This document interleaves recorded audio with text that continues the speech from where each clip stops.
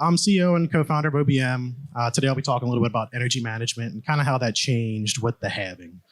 So I'm not going to give too much context on the halving. I think that we're all probably Bitcoiners here, so we probably know what happened, 6.25 to 3.125. That's the world that we live in today. So basically everybody became a little less profitable. So I'm going to kind of start off by painting a really high level picture of how the grid looks, and we're going to focus specifically on ERCOT here. I'll be doing some kind of data analysis on LZ West. At a high level on the left side, that's kind of generation, and in the middle we've got transmission, and then on the right side we've got some houses, so the people that need the power.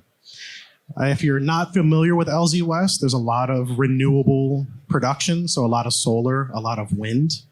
And the sun's not always shining, the wind's not always blowing, which means that you get periods of overproduction, you get periods of underproduction. And when you think about overproduction, you can kind of think of transmission as like a garden hose. The objective is to move the water from one spot where it's the supply to the other side where you need the water in your garden. It's kind of the same way on energy. So we're producing on the left, we're trying to get it to the houses on the right. But sometimes imagine if that one garden hose that was feeding water had 6 other garden hoses feeding into that one hose. You get congestion there. So you have too much water, you're trying to push through that hose. So that's what happens a lot in specifically LZ West. So you got a lot of production sometimes, a lot of underproduction sometimes, and you can't get it through transmission. So that brings a lot of volatility. The way that the grid works, it's a supply and demand balancing act. You can't have too much on the grid. You can't have too little on the grid. When you have too much, the grid can shut down. So a lot of the core infrastructure is designed around 60 hertz. That's where our grid likes to operate. If we have too much on the grid, frequency goes high, and core infrastructure will automatically shut down if the frequency comes out of bounds because it needs to preserve itself. You can't have frequency too high or else generation starts falling off, consumers start falling off. And that's what was about to happen in 2021 or so when that ERCOT freeze came through. The frequency went out of bounds and core infrastructure was about to trip off, which means that what was keeping the lights on, the little bit that was left keeping the lights on through that freeze, was about to all go off. So the grid is a constant supply and demand balancing act. You need to make sure if you have too much, you're able to get people to take it. So you want to incentivize them to take it. And if you don't have enough, you want to incentivize people to turn off and not take it. So that's the constant balancing act. And that's what happens when you look at how pricing looks in some of these load zones. This is why in LZ West, if you're a real-time pricing, why it's not a flat price constantly.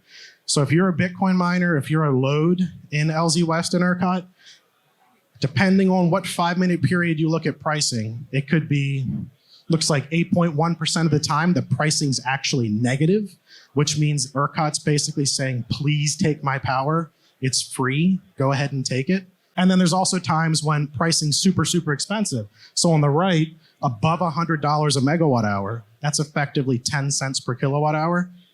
6.9% of the time, it's above $100, which means that if you're a Bitcoin miner, you need to be operating in that right in the middle where you're profitable. And it's hard to stay profitable because of all that renewable production and the fact that you're not guaranteed to get a consistent load, a consistent generation in LZ West. So that's why there's such a big distribution on pricing.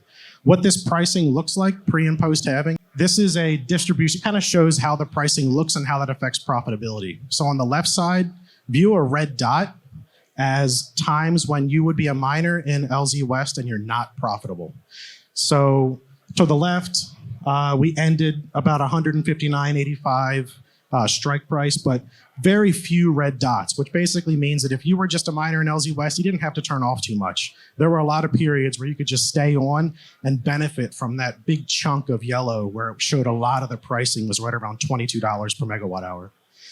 Now, if we look post-halving on the right, there's a lot more times when you're not profitable. So that's what all those red dots are above the line. So just from the halving, with that pricing volatility, there's just a ton of periods now where you're not profitable. What that means is before the halving, if you were in normal power mode, so just running the machines right out of the box, you could expect to be up about 98.3%. So that means Machines online, just running, look at it across the entire year, you could expect a little over 98% uptime.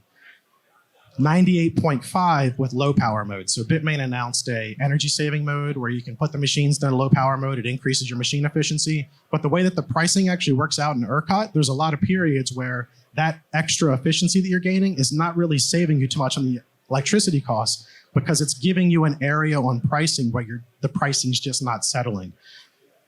On the right side, we're post-halving. And now, just if we were to continue to run machines the same way that they were, we went from 98.38% to 94.3%. So now we're just on a heck of a lot less.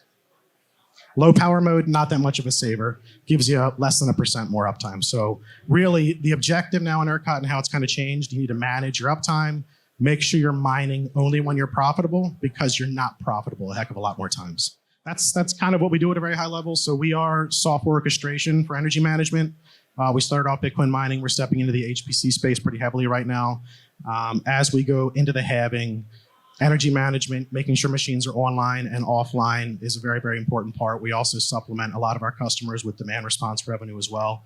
So that means that we help you stay on when you're profitable. We turn you off when you're not profitable. And then if there's an opportunity, if you're in a deregulated market, we can also get you connected to a demand response provider and actually get you enrolled in demand response programs to help generate some additional revenue, which ultimately brings down your cost of the commodity. That's about an 11-second video on how the grid works right there. So you can see that the pricing goes above that break-even line, and you'll see that bunch of loads drop offline. You'll see batteries click on top right. This is effectively what we're doing from a software perspective. So we do this for multiple industries, help industries stay profitable, help them avoid situations where it crosses over that line and industries aren't profitable anymore. That's pretty much all I got. So again, I'm Dan. I'm the CEO, co-founder of OBM. You can reach me at dan@obm.mn. MN is like Minnesota. We get a lot of business because some companies think that we're from Mongolia. We are not. We tried to be super interesting back in 2017. We thought .mn might take off as a mining-focused industry, like a .io, but it didn't work. We're not from Mongolia. We're not from Minnesota. OBM.mn. That's it. Thank you, everybody.